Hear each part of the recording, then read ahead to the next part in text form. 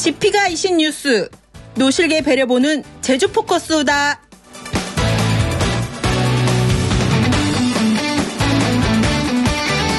무안공항 제주항공 여객기 참사 원인을 두고 여러 의혹과 이에 따른 주장이 제기되고 있습니다. 지난주 이규남 전 대한항공 기장 연결해서 이번 사고 원인과 관련해 얘기를 나눴는데요. 오늘은 이 항공사 내부 문제, 이 노동의 관점에서 얘기를 한번 해보겠습니다. 이규남 전 대한항공 기장님 다시 연결합니다. 안녕하세요. 예, 안녕하세요. 독감 걸리셨다는데 어떻게 건강 괜찮으십니까? 예, 지금 통화할 만합니다. 네, 다행이네요. 자, 제주항공 측이 이번 여객기 사고 관련해서 부실 정비로 인한 기체 결함 또는 무리한 운항 스케줄, 이건 절대 아니다라고 지금 선을 긋고 있습니다. 하지만 제주항공의 여객기 평균 가동 시간을 보니까 월 418시간, 다른 항공사보다 최대 80시간 이상 많거든요. 이게 무슨 의미일까요? 예, 답변에 앞서서 드리고 싶은 말씀은 최근 보도에 의하면 충돌 4분 전부터 모든 비행 기록이 저장되지 않았다고 하는데 그렇죠. 예. 어처구니 없는 일입니다. 두 개의 엔진이 전부 고장나서 올 일렉트리컬 페일유 상황이라도 비행 기록 장치는 배터리에 의해서 전력을 공급받도록 설계되어 있는데 배터리 용량은 제한적이며 과도하게 사용되어 있거나 유지 보수 상태가 좋지 않았다면 기록 중단이 원인이 됩니다. 네. 이런 경우는 사고 원인이 실체적 진실을 밝힐 수 없음을 의미하고요. 그렇다면 사고 원인이 어디에 있든지 간에 항공기 제작사나 항공기 운영자가 이번 사고의 모든 책임을 져야 하는 것이 당연하다는 말씀을 드리며 질문에 답하도록 하겠습니다. 네. 회사의 무리한 운항 스케줄이 아니라는 주장에 대하여 말씀드리면 타 항공사에 비해서 항공기 대수당 정비세가 더 많지 않는 한 한마디로 근무자들이 일을 많이 한다고 봐야 되는 것이죠. 이러한 구조적 문제는 쉽게 드러나지 않는다는 특성이 있기 때문에 지난번에 말씀드렸던 것처럼 내부의 목소리를 들어봐야만 알 수 있을 겁니다. 네. 회사의 공식적인 규정이나 정비 기록 등만을 살펴봐서는 찾기 어렵기 때문이죠. 사고를 조사할 때 조사 주체는 객관적이어야 하겠지만 사고 이전부터 내부에서 문제를 인식하고 고쳐보고자 했던 개인이나 단체가 있었다면 그런 분들이 조사 참여를 최우선으로 고려해 봐야 할 것입니다. 최소한 해당 항공사 노동조합이 소리를 들어야 할 것이고요. 민간 조종사협회 사고조사 전문가의 참여도 보장돼야 할 것으로 생각합니다. 네, 그렇겠네요. 저 되게 중요한 말씀해 주신 것 같은데. 그러니까 지난해 상반기 정비를 이유로 그 제 시간에 이착륙하지 못한 항공편 역시 제주항공이 제일 많았습니다. 이게 혹시 그 수익에만 너무 치우친 경영 아니냐 이런 비판이 나올 법한데 어떻게 생각하십니까? 이 수치만 가지고 수익에만 치우친 경영이 아니냐라고 말할 수는 없겠습니다. 왜냐하면 이 착륙을 정시에 제대로 못하면 수익도 떨어질 것이기 때문이죠. 그렇군요. 예. 그런데 이런 이유로 발생한 손실을 정비사나 조종사의 업무를 증대시키는 방법으로 메꿔왔다면 장비나 인력 운영에 무리가 있었다라고 비판을 받을 만하다고 생각합니다. 사실 대한항공도 20세기에는 참 사고가 많은 항공사이지 않았습니까? 그런데 어쨌든 2000년 이후엔 사고가 크게 줄었습니다. 이게 안전에 대한 투자를 많이 했다는 뜻으로 해석해도 될까요? 제 경험상 사고는 무작정 투자를 많이 한다고 적어진다고 볼 수는 없을 것 같습니다. 경영자와 노동자 간 진정한 소통을 바탕으로 구조적인 문제점들을 개선하려는 양쪽의 노력이 더 우선이지 않았을까 생각합니다. 그러면 그런 결정에 어떤 조종사 노조라든지 그 사내 노조들의 주장이 큰 영향을 미친다 이렇게 보시는 거군요. 제가 노조에서 일을 했다고 하여 노조의 역할을 부풀리고 싶지는 않습니다만 결과적으로 영향이 컸다라고 말씀드립니다.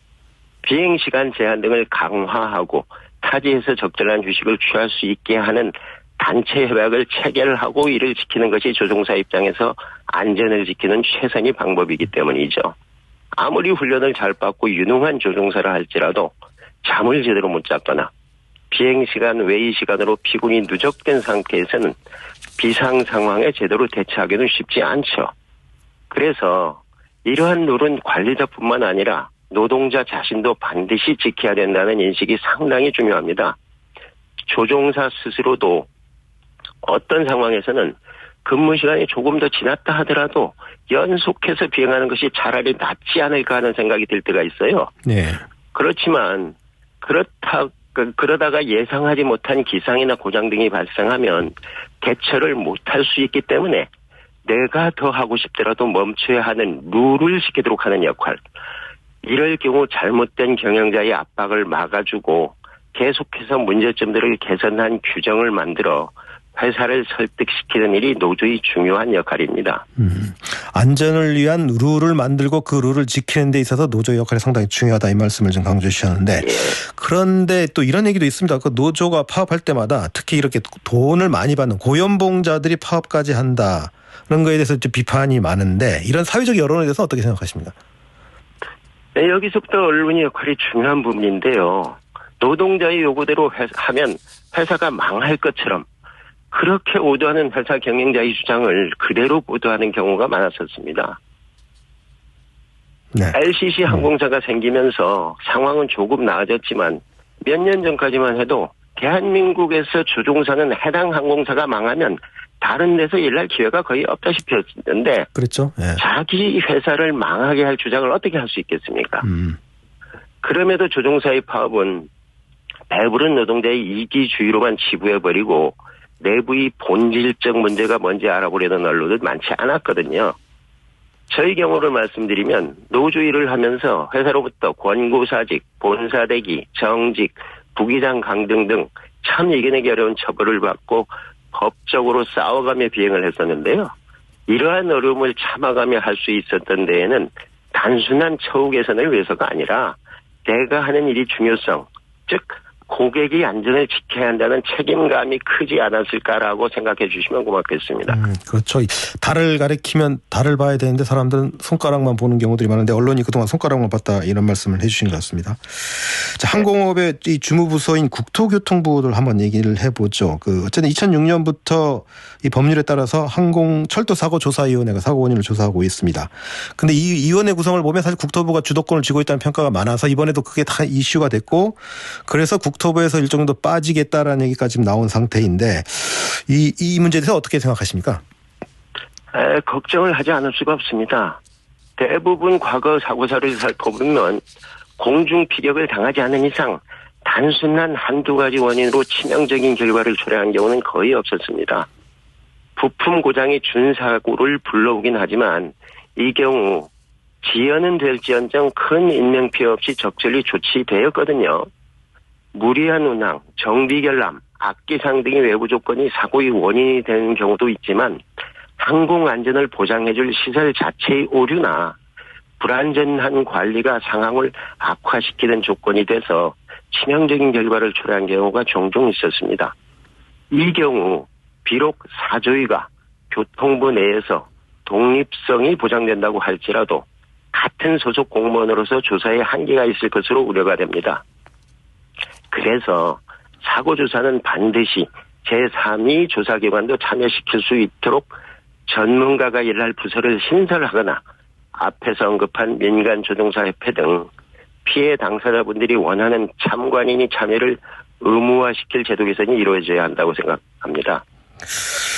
네, 되게 계속 좀 중요한 말씀을 하시는 것 같아요. 조사에 어떤 민간 영역이 민간 전문가들이 참여해서 사고 원인을 밝히는데 해야만 정확한 사고 원인 조사가 이루어질 수 있다라는 말씀하셨는데, 자, 어쨌든 이 정부 그리고 국토교통부가 앞으로 항공 안전을 위해서 어떤 일을 가장 중요하게 해야 되는지 그런 관점에서 한번 말씀을 좀 해주실 수 있을까요? 지난번에도 말씀드렸지만 노동자들이 문제를 인식하고 단협 개정 등을 통하여 근무 환경을 고쳐보고자 하여도 항공사업장 자체가 필수 공익사업종으로 지정되어 있어서 헌법에 보장된 단체 활동이 제약을 받고 있습니다. 그래서 노동자의 목소리는 힘을 얻을 수 없는 구조이죠. 이 점을 개선하려면 정부와 국회가 필수 공익사업장 지정을 풀어야 할 것이고 적어도 필수 근무 인원에 대해서 재조정은 꼭 돼야 한다고 생각하고요. 공무원분들이 문제를 적극적으로 개선하고자 하는 노력도 필요하다고 생각합니다. 조종사의 운항시간 제한 등 안전제도를 만들고 각 항공사가 잘 지키는지 감독해야 하는 부서가 교통부거든요.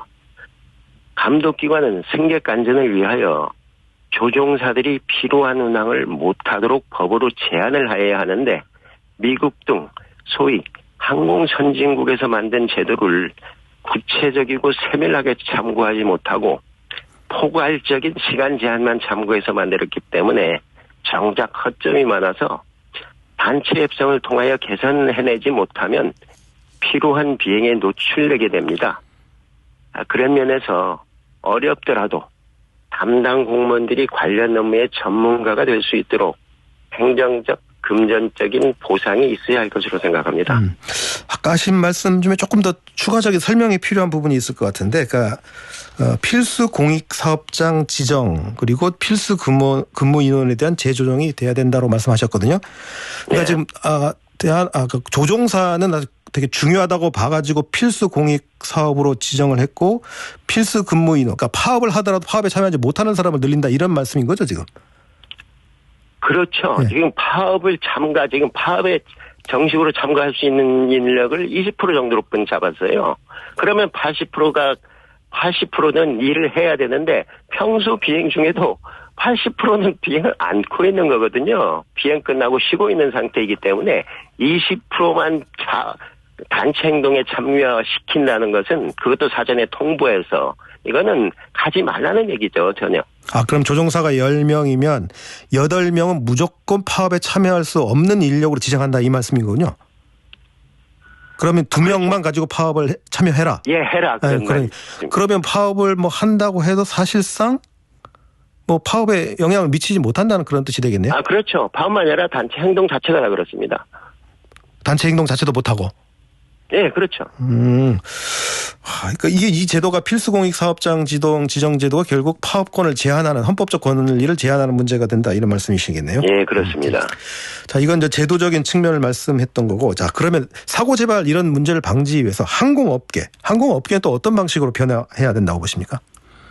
항공산업은 개인이 회사가 될 수가 없는 것입니다. 왜냐하면 항공산업은 국민 전체의 재산인 공중을 이용하고 많은 사람들이 재산권도 제한하면서 운영하는 것이기 때문입니다. 그래서 최고 책임자는 반드시 우리 국민이어야 하고 지분도 반 이상은 외국인이 매수해서도 안 되는 것입니다. 이런 점을 명심하여 어떤 항공회사는 기업이 이윤 추구에만 몰두할 것이 아니라 사회적 책임을 다하는 노력을 게을러해서는 안 될 것입니다. 네, 오늘 상당히 중요한 말씀들을 해주신 것 같습니다. 어쨌든 이런 내용들이 잘 반영이 돼가지고 회사에서도 민주주의가 작동하는 그런 회사가 만들어졌으면 좋겠습니다. 오늘 말씀 잘 들었습니다. 예, 고맙습니다. 지금까지 이규남 전 대한항공 기장이었습니다. 제주 포커스에서 말하는 소식 여기까지입니다. 내일 다시 뵙겠습니다. 안녕히 계십시오.